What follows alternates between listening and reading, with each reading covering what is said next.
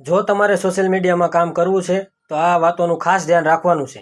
કેમ કે તમારે જો સોશિયલ મીડિયામાં કામ કરવું હોય છે તો ઘણું બધું સહન કરવું પડશે. તમને કોઈ પહેલાં તમે ઝીરોથી જ્યારે ચાલુ કરશો ત્યારે કોઈ તમને સપોર્ટ નહીં બતાવે.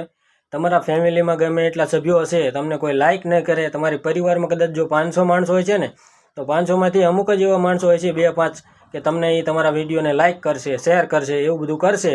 બાકી કોઈ તમને સપોર્ટ નહીં બતાવે. ગામના હોય, પરિવારના હોય, ભાઈબંધ, મિત્રો, દોસ્તારો બધાએ કોઈ આવું સપોર્ટ તમને કરવાનું નથી. આ વાત ખાસ ધ્યાન રાખવાની છે. અને બીજી વાત છે, તમારે ઘણું બધું સહન કરવું પડશે. કારણ કે તમે બહુ મહેનતથી લગનથી વિડીયો બનાવશો અને એ વિડીયોમાં 50-100 વ્યૂઝ આવશે અને એ વિડીયો વાયરલ નહીં જાય તો તમને ઘણું બધું દુઃખ થાય છે. તમે ડિમોટિવ થઈ જશો. તમને એમ થાય છે કે વિડીયો નથી બનાવવા. ઘણી બધી સમસ્યાઓ થશે. ચોથી વાત છે કે તમે જ્યારે વિડીયો કન્ટિન્યુ નાખો છો, તમે 50, 100, 200, 500 વિડીયો નાખી દો અને તોય તમારે જો વ્યૂ નહીં આવે તોય તમને એમ થાય છે કે હવે આ સોશિયલ મીડિયામાં કામ નથી કરવું. સોશિયલ મીડિયા એવી રીતે જલ્દીથી ગ્રો નથી થતું. ચોથી વાત છે, તમારે ઉડધુડિયા વિડીયો નથી નાખવાના. તમારે વિડીયો એવો બનાવવાનો છે કે જેમાં તમે કંઈક તમારું નોલેજ હોય, તમારી પાસે કંઈક આવડત હોય, કંઈક સ્કિલ હોય, એ બધું તમે કંઈક લોકોને શીખવાડતા હશો, કાં લોકોને એન્ટરટેન કરતા હશો કે લોકોને એ વિડીયો જોઈને એમને ઉપયોગ લાગશે તો એ વિડીયો જોઈશે.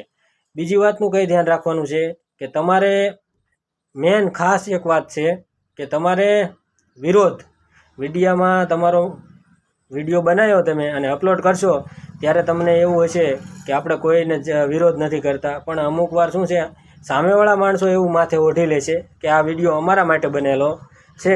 એટલે તમારે નેગેટિવ કોમેન્ટો પણ આવશે. ઘણો બધો માનસિક રીતે તમને એવું થશે કે મજુ હવે આ વિડીયો ડિલીટ કરી દઉં. પણ તમારે એ બધું અવોઇડ કરવાનું છે અને આગળ વધતું રહેવાનું છે. આવી તો ઘણી બધી વાતો છે, એક વિડીયોમાં પોસિબલ નથી. તો આ તમારે જે મેન વાતો હતી એ વાતોનું ધ્યાન રાખવાનું છે. જો તમારે સોશિયલ મીડિયામાં ગ્રો કરવું હોય છે તો કન્ટિન્યુ વિડીયો નાખતા રહેજો. વ્યૂ આવે કે ન આવે, રોજ તમારે એક વિડીયો નાખી જ દેવાનો.